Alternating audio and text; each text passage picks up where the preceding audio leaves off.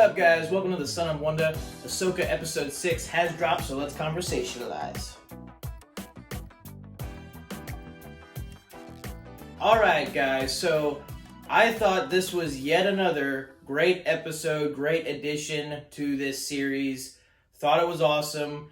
And I think of all the episodes, this one has like the most intrigue or like the biggest interesting factor to it, because we are exploring a new galaxy and there's new things to learn about not only this galaxy but also our characters along the way, and they balance that out really well pretty much from the get-go. Now I will say it's really funny with this episode because I feel like this is the episode that proves the most that this should have been Rebels Season 5 and not Ahsoka, because Ahsoka is only in the very first small scene in this episode. She's in the intro scene, and that is it. She's not at all in the rest of the episode. And I do feel like that is that's a bit of Book of Boba Fett-itis, if you will, where the series is supposed to be about this particular character, but then they're sidelined for one episode or two episodes, and it spends time with another character or a group of characters. That's what happens to Ahsoka here. So I feel like this really just should have been Star Wars Rebels Season 5. There was really no need, at least that I see so far, to title it, to devote the entire actual title to Ahsoka. This should have been Season 5. But it doesn't really matter. It can be Season 5 in spirit. I mean, because that's exactly what it is. But we're getting into spoilers now, so be warned. But the episode starts off where we ended the last episode with Huyang and Ahsoka inside Ahsoka's ship, inside the Purrgil, or one of the Purrgil, the biggest Purrgil, hyperspacing through from our original galaxy, the one that we always have spent the time in Star Wars, to the galaxy that apparently is called Peridea, or at least that we know of to this point. And we get a very interesting conversation between Ahsoka and Huyang, because Ahsoka mentions that she remembers the whales, or the Purrgil, from stories that were covered in the Jedi archives. And Huyang still has the archives in his databanks, and he refers to them as the history of the galaxy, parts 1, 2, and 3. And that alone, there's so many of these kind of details in this episode specifically, but that detail alone to me is just like, wait, what? Parts 1, 2, and 3? That sounds like a potential trilogy. And it's funny because Ahsoka immediately responds with, and definitely part 1 is the best, for sure. And it's kind of funny hearing her say that like she's into the pop culture part of Star Wars. Like Star Wars has its own pop culture. Like, oh yeah, parts 1, History of the Galaxy part 1 is definitely the best. It's the best of the trilogy. But speaking of trilogy, I do feel like that could be turned into a movie trilogy. History of the Galaxy? I mean, come on. And we know that, I say we know. We never know with Star Wars. But with James Mangold, the director of Logan and the newest Indiana Jones movie, which I hated, and Ford vs. Ferrari and 3:10 to Yuma, he's directed a bunch of different stuff. He's going to direct a movie called Dawn of the Jedi, which is literally exactly what it sounds. It's the dawn of the Jedi and the discovery of the first people to discover how to use the light side of the Force, I assume. The Jedi, the creation of the Jedi. That's what it is, it seems. And if that's his plan, or Star Wars' current plan, then they could do History of the Galaxy, Dawn of the Jedi be like part 1, and then make a trilogy out of that. Because that could be really interesting, and I would totally be down for it. But moving on with the actual Ahsoka episode, he mentions those, and Ahsoka tells Huyang that what she didn't tell Hera, and that is when she sensed through the Force what happened and how the bad guys ended up able to escape to Peridea in the hyperspace ring. She did discover that Sabine gave up the map willingly, but she didn't tell Hera that. And Ahsoka's disappointed that Sabine would do something like that, but Huyang tries to convince her that maybe that was the only choice Sabine saw in her mind, because Sabine did just from her point of view, see her master Ahsoka die, get knocked off the cliff by Baylan Skoll. So, I mean, I can understand why she would do it, but that still felt like a betrayal. That after all Ahsoka had said to her, but again, I can understand why she would do it, especially for the payoff it gives us at the end of this episode, which we'll get to later. But Ahsoka admits that to Huyang, and Huyang just seems to have faith that it's all going to work out. But then Ahsoka asks Huyang if he can tell her one of the stories from the history of the galaxy, the parts 1, 2, or 3, and she's like, you pick which one you want to tell me. And he starts it off with a long time ago in a galaxy far, far away. And here's what's amazing about that. That's the intro to the episode. But that line and the way it's used, that had the opportunity to be really stupid. Because we all know from several different universes, pop culture stuff that we love, especially Star Wars, there can be some fan service that's thrown in there just to entice fans, even though the actual project isn't very good. Or just fan service thrown in something in general in a cheap way that doesn't feel earned or like it really should be there. It's just thrown in there just to be thrown in there for the fans. I'm more okay with fan service than other people are, but I still know what people talk about when they say it's just thrown in there just to be thrown in there. This line was used in what I feel is probably the best possible way it could have been used. No one in the Star Wars universe has ever said a long time ago in a galaxy far, far away. That's just always appeared at the beginning of each Star Wars movie in the blue font, in the blue letters. A long time ago in a galaxy far, far away, ... movie. No one has ever said it in the universe. And for Huyang to be the first one to say it, but not only be the first one, say it in terms of telling a Star Wars story, a story that has been told and is considered an actual tale, a story to be told in the actual world of Star Wars. It's just like the most brilliant way they could have done it. And even if the ending of this show is horrible, there already has been so much stuff that this series has done that I will not forget and I will still consider amazing. But moving on with the rest of the episode, Sabine is still captured aboard the Eye of Sion, the hyperspace ring, and it has finally arrived at Peridia. But apparently Peridia is not the actual name of, presumably, it doesn't seem to be anyway. We learn that it's not the actual name of the galaxy, it's the name of a certain planet. It's the first planet they see when they get to the other galaxy, this other galaxy. And this planet is actually, there's like these rings around it, but these rings apparently are comprised of Purgil bones. Like decayed Purgil bones, because the planet is actually Peridia. The planet is called Peridia. That's the actual name of the planet itself. It looks kind of like a dark version of Saturn or something, because it has the ring. But it's like a gray planet, and apparently it's the original home of the ancestors of the Night Sisters. So it's the original home of the Night Sisters, called the Dathomiri. And apparently the Dathomiri, the Night Sister ancestors, basically Night Sisters themselves, were some of the first people to use the Purgils to space travel. I guess that's how they got from this galaxy to the galaxy we've known forever, the main Star Wars galaxy, to Dathomir. So Dathomir is not the original home of the Night Sisters. Apparently this planet is Peridia. And that by itself is an insanely interesting piece of knowledge. But Baylan Skoll apparently knows some of this stuff too, because he has heard the stories from the old archives, Jedi archives at the temple, when the Jedi temple was around. And he says that apparently some of the space whales came to Peridia to die. I don't know why space whales would go somewhere for the purpose of dying. Maybe they just felt sore about being used by the Night Sisters to travel places. That part didn't really make sense to me, but it is a graveyard. It's like basically a Purgil graveyard.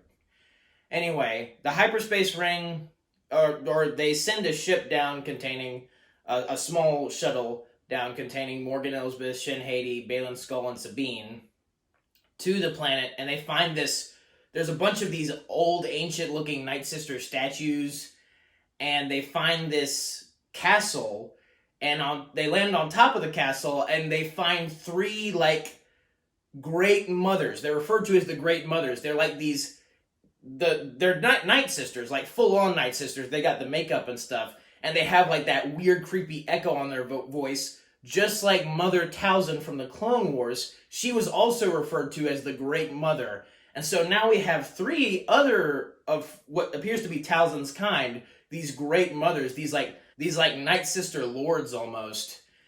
And apparently they are the ones who have been calling to Morgan Elsbeth from Peridea. So when Morgan Elsbeth had said before that Thrawn was calling out to her, Thrawn was just using these great mothers to use the magic to call to Morgan for him. And I was right. I knew that it couldn't be Thrawn directly or Thrawn himself because he didn't have the Force. And I was right about my theory that it had to be some other... Well, I say I was right. I thought it was like Thrawn using Ezra. I was wrong about that. But I was right about it being something other than Thrawn. And it was these great mothers, these night sisters. But the mothers see Sabine and they say her presence reeks of Jedi. And so they put her in a cell in the castle. And then... Well, before that, I also loved in this episode... my wish got fulfilled, or at least some of it did, because we got more information about Baylan Skoll's true desires in this whole story.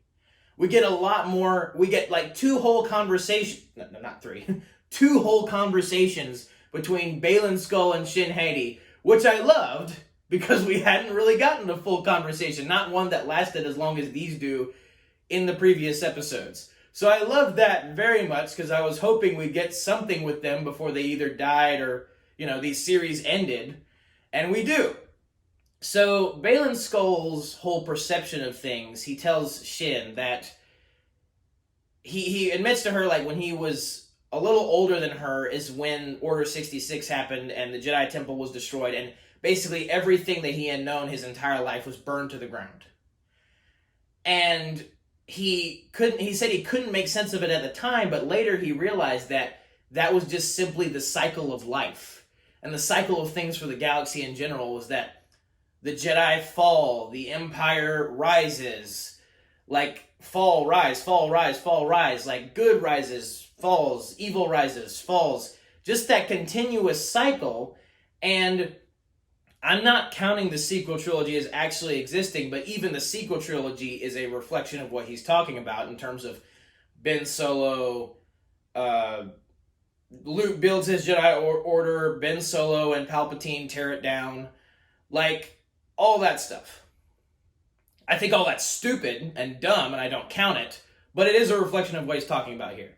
And I thought that this whole perspective of his was insanely intriguing. That's what I meant when I said this episode had like the most interesting elements to it. Because that's not only a reflection of the Star Wars galaxy, that's a reflection of the real world. Like so many great empires and civilizations and different things, good people, bad people, have risen and fallen and risen and fallen throughout time. And George Lucas based so much of the Star Wars story from the prequels and originals off mythology, like actual mythology that has existed in the real world about different legends and tales and all that stuff, and combine them into this fantasy world and to become Star Wars. And I love how they've literally created a character in Baylan Skoll in this series that knows this, that sees the pattern and rhythm of things, and he wants to change it. His desire throughout all of this is there's some kind of power on this planet Peridea. There's something here that he says can help him find what he calls the beginning. Because Shin Hati asks Baylan, her master, she's like, so will us teaming up with Thrawn, will that give us our turn to be the ones in power? To be the ones who rise? And Baylan says something very interesting to her. He says, that kind of power is fleeting. The power I seek is a beginning. And apparently it's somewhere on that planet, Peridea. And I loved that because it made him not your typical bad guy. He doesn't just want power in terms of like domination, and he's not tyrannical like all the other bad guys are, not just Star Wars, but in Marvel and this, that, and the other thing. I feel like so many times when you have an opportunity for an interesting bad guy, their motivation just ends up being, I want power, or I want more power. And that's just such a generic motivation because that's the motivation of every villain, or so many villains. In this case, we finally get a bad guy who doesn't want that kind of power anyway. He wants something different. He wants a new beginning. He wants to break this endless cycle of rise and fall. How he's going to do that, I have no idea, but that is what he wants. That is his motivation, and it has been established. I wish it was established earlier. I think we had ample time to do it. If people weren't standing around so much and staring at the sky and the walls and the different items on whatever table, maybe we would have had time to say this stuff in the previous episodes. But the fact that they do it at all in this one was very reassuring. And we still have 2 more episodes left, so we can pay that off. We can ride that ship home instead of just waiting till the last minute in the finale. Then we spew out all these good ideas, which is what a lot of the Marvel shows do, and I hate it.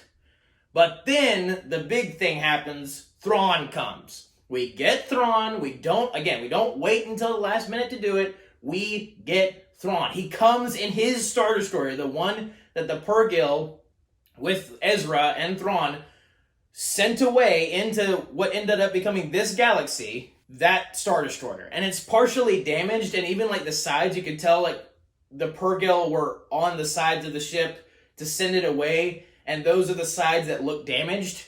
So I love the attention to detail there, and it's definitely Thrawn's ship because he had this very distinct symbol on the bottom of the ship. That means that that's his specific Star Destroyer.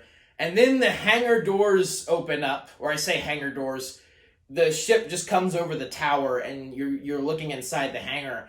And he has this army of stormtroopers, but they don't look like normal stormtroopers. All of their armor is old, but what I love about it is that it's not just as simple as, oh, their armor is old, like in Mandalorian Season 1, where, yeah, it was rougher looking stormtrooper armor, and it was cool, and it made sense for the Mandalorian Season 1, but these specific stormtroopers that Thrawn has an army of, they have, red bandages on them or something, and some of their helmets look partially damaged, and it's just, it's crazy looking. And then there's this guy named Captain Enoch, and he's got, it's a stormtrooper helmet, but it's instead of the normal stormtrooper helmet face, it's got this gold-plated face on it.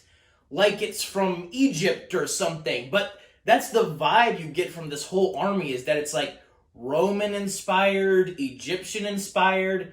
And it's really cool to see because that's, again, all the different types of cultures and history George Lucas used to create Star Wars. And so we're doing more of that here in this army. We're mimicking real world stuff that has looked like this, but integrating it into Star Wars, into Stormtrooper armor, and it looks awesome. I don't know what the story is there, but it looks amazing. And then of course Thrawn walks through, the armies spread out or separate to let him pass, just like Vader walking through the Stormtrooper armies on the Death Star in the original trilogy.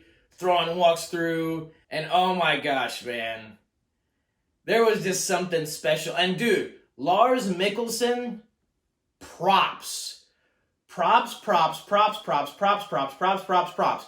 He, I was worried that because of the translation from animation to live action, from Rebels to this series, that his voice might sound slightly different, and because it's been a while since Rebels, I was worried that something might be different with the way he acts, and he might be a little too normal for Thrawn, but no, he gets it down pat. His voice is identical to Thrawn's, the way the voice he uses for Thrawn in Rebels. The way he speaks, his mannerism. I mean, of course, I know it's the same guy, so it's gonna be the same stuff, but it's so cool to hear and see in live action translated the way it is. And even his movements, he always is standing upright.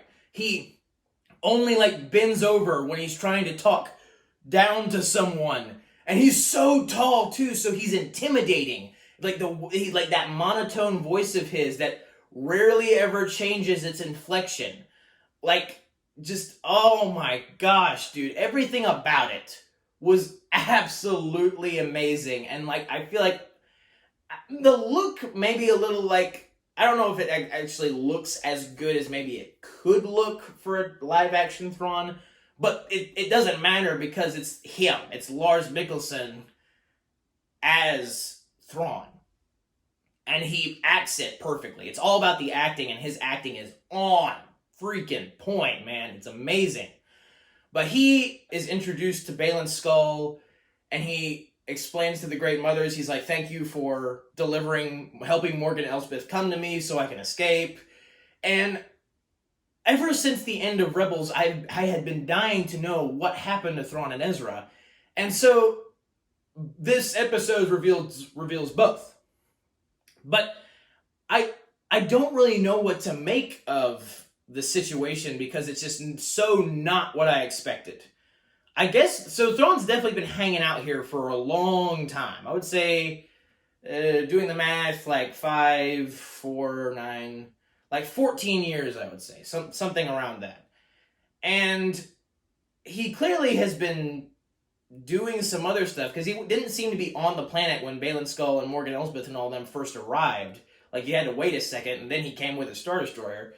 But other than that, you don't really know, like, what he had been doing. He does say that his troops had dwindled during his exile, so I wonder if they, like, faced any particular threat, if there was something out there that he had to fight while he was away. But all of this is insanely intriguing, but I have so many questions and I want more answers. I want more details answered. But Sabine is brought to Thrawn, and their reunion is very interesting because I don't see, like, after I thought about it, I was kind of like, of all the Ghost crew, I don't think Thrawn and Sabine ever actually met. Like, correct me if I'm wrong down in the comments below, but I don't think they ever met at any point in Rebels. I know Thrawn met Hera. Obviously, he met Ezra. I don't even think he ever met Kanan or Zeb or not many other people. Like, it's kind of funny when you realize, like, he's such the antagonist of the Ghost crew. Like, he has such a strong relationship as the villain to them. But in actuality, he's only really met 2 of them. It's very interesting to me. But their reunion, if you want to call it that, is a very interesting one because Sabine just really doesn't care. She's like, oh yeah, it's Thrawn. Can I find my friend now? Can I find Ezra now? And then Thrawn is like, it's so good to see a familiar face. And I guess he just means that, like, you know, he was very familiar with Sabine because he has this obsession with art, and he admired Sabine's artistry back in Rebels when she would, like, paint all over stuff and whatnot. All of her art stuff he admired. He had this weird thing for art and just all kinds of different cultures and stuff. And so again, it's great seeing these 2 famous Rebels people together again as hero and villain. But Sabine, again, her main focus, she just wants to find Ezra. And Thrawn's surprised that she would gamble the fate of her galaxy for just finding Ezra. But she does. I'm not saying that was a great idea, but she does. And Thrawn, at first, he just seems to like, okay, fine. We'll give you the intel that we know about where Ezra might be. And apparently it's on the planet Peridia itself. And we'll send you on your way with this hound. It's a hound-looking creature. It looks like one of the rodents of unusual size from The Princess Bride. I don't really know. Rodents of unusual size? I don't think they exist. It just kind of, you know, I don't know what it is. I've never seen one like it before in Star Wars. It just looks like a big dog with some rodent-like features or something. I don't know. But anyway, Sabine takes that and she goes on her way. And apparently there are some bandits on the planet that are like nomads that raid people, very similar to Tusken Raiders. But Sabine comes across some of them. She takes them out and then she's on her way. But her transmitter was broken, so she wasn't able to use that to find Ezra anymore, so she's kind of just wandering around at this point. And apparently Thrawn basically just tricked her into going to find Ezra for them so he could send Balin, Skull, and Shin after them to kill both Ezra and Sabine when Sabine eventually found Ezra. Now, again, I have a billion questions. How in the world did Thrawn and Ezra get separated, first of all? Because I assumed that when Thrawn was found, Ezra would be found. But that's not exactly the case.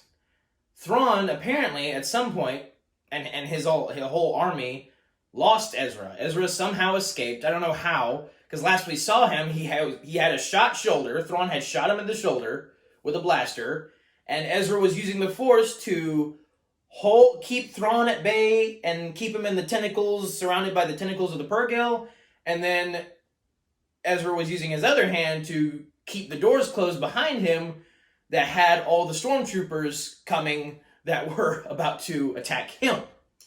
So he was keeping the stormtroopers at bay, and he was keeping Thrawn at bay. With an injured shoulder, I have no idea how he could possibly have escaped that.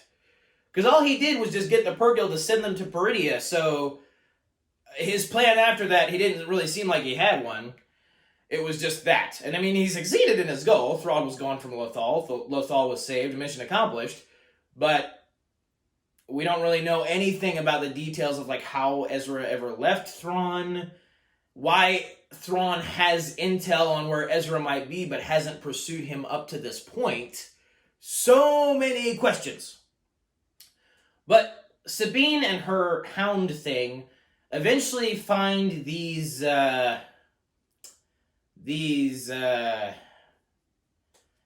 very George Lucas kind of creatures. Like, I think this is the most George Lucas any Star Wars TV show has ever been in this moment when she finds these creatures, because they're like amphibian, turtle, frog, rock creatures. They almost remind me of the rock creatures in Frozen, except like a turtle and not just a rock. I have no idea. They wear clothes, and Sabine notices that they have the rebel symbol on their clothes. So she's like, oh, maybe they know Ezra. And so she follows these rock creatures in hopes that Ezra might be where these rock creatures end up. And then Baylan Skull and Shin Hati are following Sabine at their own pace, which I guess is slower for some reason. I guess they're just trying to let her see if she can find Ezra so they could destroy them both. But Shin ends up asking Baylan if Baylan ever knew Ezra, and Baylan says no, he's too young. He is part of the Bakken Jedi, or he was trained. He's part of the line of Bakken Jedi. I have never heard that term before, but apparently it's Jedi like Luke and Kanan, well, not Kanan, but Jedi like Luke, who were trained after the Order was destroyed in Revenge of the Sith. So like the straggler Jedi, the Jedi that have only had training after the whole Jedi Order collapsed in the Great Purge, those kind of Jedi. It's very cool that we have a name for them now. We've never had one before, but it's very interesting that there is a name for them, and maybe it's just because there's been so much time after the events, it's been like at least 5 years after the events of the original trilogy. So because history has developed and been more like cataloged and archived, maybe that means that we've officially have developed a name for Luke and Ezra's kind of Jedi. And then Shin asks Baylan if he misses the original Jedi Order, and Baylan says that he misses the idea of it, but he doesn't miss the weakness of the Order. He said that there was never a future in the Jedi Order as it was in the prequels. And I feel like there is some truth to that. The Jedi had just become so corrupted and clouded that they were always going to end up getting destroyed, at least in the time of the prequels. And it's interesting to me that he says that he misses the idea of it, meaning to me that he might want to start his own new something kind of order. Because even he says to Shin's like, oh, so like me, like I'm kind of a Bakken Jedi. And Baylan's like, no, Ezra was trained to be a Jedi. I trained you to be something more than that. That sounds like Dark Jedi to me, because like Taron Malicos from Jedi Fallen Order, featured in the Jedi Fallen Order games, he's also kind of a Dark Jedi, but he's 100% crazier than Baylan Skull and 100% more evil. But he even says something to that effect, like, we can build something better than the Jedi Order, build something new. And Baylan seems to have a similar sentiment here. But he says that he keeps hearing this call, like something's calling out to him, and something's stirring on this planet, some kind of feeling, and he's wanting to go to it. Like, Shin seems concerned, like she wants to kind of leave with Thrawn and the Night Sisters, because the Night Sisters themselves, the Great Mothers, seem to want to leave with Thrawn pretty eagerly. So we don't know what other kind of power is on this planet. But again, insane level of intrigue. And also, we get more information about what Baylan is really feeling and, his just views on stuff. And I love that we get those conversations in this episode. They felt like they've been long overdue, but I am really glad that we are getting them. And then we get I guess what you could say is the completion of the journey in this specific episode. Sabine finds Ezra. She follows the turtle aliens to this village, so they do have a village, very similar to stuff we saw in the Clone Wars, kind of similar to the Ewoks having their own village. It feels very George Lucas to have these kind of weird-looking creatures based off something that you have in the real world. They have their own village, they have their own society, they have their own ways of doing things. Very George Lucas, so I love that part. And she follows them to the village, and sure enough, Ezra is in the village, and he's apparently made friends with all of these creatures. And it makes sense because he was known for connecting through the Force with animals in Rebels. Like, he had this special connection through the Force to the Loth wolves, to the Purrgil, to Loth cats. He just had that ability. And it makes sense that he would make friends with these creatures, just these new crazy creatures that we found in this new galaxy. And even that element to it is really neat. That we get to see this new galaxy and we get to see some of the wildlife and the cultures in this new galaxy already. That's really, really special and neat. But Ezra's got like normal village robes. He has a beard now. He still has his scar. He has his scar that he got from the Grand Inquisitor in Star Wars Rebels at the end of Season 1. Fire Across the Galaxy, the Season 1 finale. In the battle with Grand Inquisitor, he got this scar, like these two scars on his face. And he still has them. And again, just Dave Filoni's attention to detail with these characters is amazing. He did create them, so you hope that that would be the case. And it is, for sure. And just him and Sabine's reunion it feels really special. And again, Kevin Kiner does an amazing job with the music in this episode. It amplifies so many of the scenes. Certain notes he'll hit just have that adventurous sound to them. And in general, it feels very similar to Lord of the Rings. Like, even Baylan earlier mentions that apparently on the planet there was like a kingdom called the Witch Kingdom of the Dathomiri. So apparently it was like some kind of kingdom that these Night Sisters had. And it sounds just like the Witch Kingdom of Angmar in Lord of the Rings and Hobbit. Like, there's the character, the Witch King of Angmar, who's one of the Ring Race. And you have the Witch Kingdom of the Dathomiri mentioned in this episode. And anytime Star Wars can get more Lord of the Rings in any way, I will always be down for it. Because Star Wars and Lord of the Rings, that combination is one of the most underutilized and like probably the best combination that could ever happen. Not like in terms of story, but just Star Wars getting more like Lord of the Rings in terms of like the Force, maybe like Force ring wraiths, or like Old Republic style, that kind of stuff, like more knights and medieval style kind of things going on. And we get that in this episode, or at least a little bit of it, and I loved it. But Ezra apparently has been with these creatures for quite a while. And again, the music, you hear Ezra's theme from Rebels. Sabine and Ezra hug.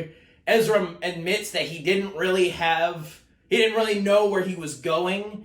He just knew that he and Thrawn were going to be leaving with the Purrgil. And Sabine is like, yeah, well, you always had a plan, but it was never a good one. And Ezra's like, well, it worked, didn't it? And she's like, yeah, it worked. And again, just their reunion seems like such a summary of their relationship back in Rebels. It's like they got annoyed with each other a lot, but they still had a very deep respect for each other. And I do love I love their reunion in this episode. It's hard not to love as a diehard Rebels fan, so I absolutely loved it. But there's a caveat to that in the sense of Ezra's like, oh, I can't wait to get home, which is the exact same thing he said in the hologram that he recorded for the Star Wars Rebels crew that the Ghost crew watched at the end of the series finale of Rebels.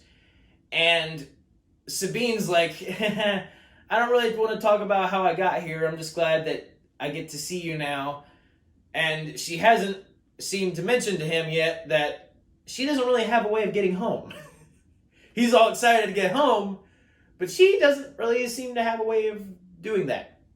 And in general, the finally getting to see Ezra again after the end of Star Wars Rebels, like one of the biggest cliffhangers ever in Star Wars, I feel like. Part of it, like, it is the last thing I possibly could have expected. I had all these theories in mind about how Thrawn had Ezra captured all these years, and he was using him to manipulate the Force. He had, like, maybe brainwashed him. Maybe Ezra turned to the dark side. I had all these intense theories, and apparently Thrawn was just hanging out, and so was Ezra, in some random village with turtle creatures. And that sounds very underwhelming, but honestly, just the mood that Sabine finds Ezra in when he's with these people in this village, it honestly makes sense for his character to me. Even though it's not the grand, like, intense story I was expecting, it makes sense just because Ezra seemed totally at peace with his decision at the end of Rebels. He seems to hold no ill will towards Sabine for waiting this long to find him, or taking this long to find him, rather. He's just glad to see her. And he seems to just have already kind of been happy just hanging out with these turtle creatures in this village, who are nomads. He says that they never stay in one place often, and that he tells all the other creatures, like, pack up so they can move again. And that's interesting to me, because that would explain why Thrawn didn't know exactly where Ezra might be on the planet. But again, it's just weird to me that Ezra doesn't even mention Thrawn at all when Sabine finds him. So it's like, that's like the biggest elephant in the room, is like, hey, how's it going? How's the last almost 20 years been? How did you get away from Thrawn? Why hasn't he found you yet? Why hasn't he pursued you? You just, like, hanging out here? You didn't really see any need to, like, stop Thrawn or plan an attack again? Like, I need more information about what's happened. Because it just seems like such a big shift from Ezra in the jaws of death and Thrawn's Star Destroyer at Thrawn's Mercy to Ezra's just hanging out in the village with some turtle creatures. No big deal. We're all fine. We're all fine here. How are you? Fine. We're all fine here now. Thank you. How are you? So yeah, that is a little weird, but I'm excited to see what the details are. I really need them to reveal them. That needs to happen. But then the episode ends with Thrawn. The Great Mothers see through their magic that Ahsoka is coming, and they tell Thrawn. And Thrawn tells Morgan, he's like, I thought you said Balin killed Ahsoka. And he's like, you should know not to underestimate Jedi. The Night Sisters and Jedi both have deceived people before by, they'll either die but not actually die, or resurrect but not actually resurrect. All those kind of things. And Thrawn is very well aware of this. And so he tells Morgan, like, what's the deal? And he's like, I need her background, I need her history, I need to know who her master is. And what I realized when he said that was, oh, right, Thrawn never met Ahsoka either. In fact, Thrawn and Ahsoka never had any kind of encounter in any way. Like, Ahsoka had already supposedly died on Malachor before Thrawn ever even entered the scene in Rebels. Ahsoka almost dies on Malachor at the end of Rebel Season 2, and then Thrawn appears at the beginning of Rebel Season 3. And you don't see Ahsoka again until the World Between Worlds, and that has nothing to do with Thrawn. So this is a new thing to Thrawn. Ahsoka is.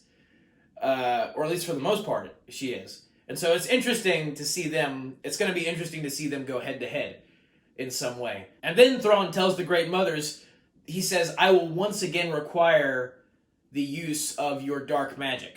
Which I don't know what that specifically entails. I feel like he's already been using their dark magic to see through the Force and see new coming threats and get Morgan Elsbeth to come to Thrawn so he can get out of the galaxy. I don't know what he's meaning. In this case, it seems like are they going to give him the Force or something? Like, I don't know what that means, but he tells Morgan to tell the troops, he's like, if any space whale comes into this galaxy, destroy it with prejudice.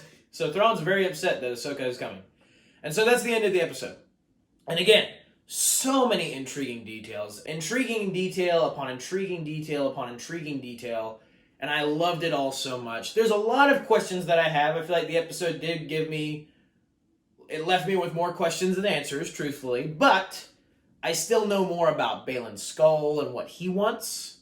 I know more about the situation in general as far as, like, where Ezra and Thrawn are now, obviously. And we have all those new crazy Roman, Egyptian-inspired stormtroopers. So I'm game. I'm totally game. I loved this episode. I thought it was awesome. I do think it cut at a kind of an awkward place because you feel like you're building to something and then it stops. That's why I feel like these episodes should be longer. But that makes me more excited for the next episode to see all of what it entails. And I'll be here to review it for you guys. But thank you guys for watching. Have a very blessed day. May the Lord be with you. May the Force be with you. Goodbye. And for now, and a long time ago in a galaxy far, far away, that's a wrap.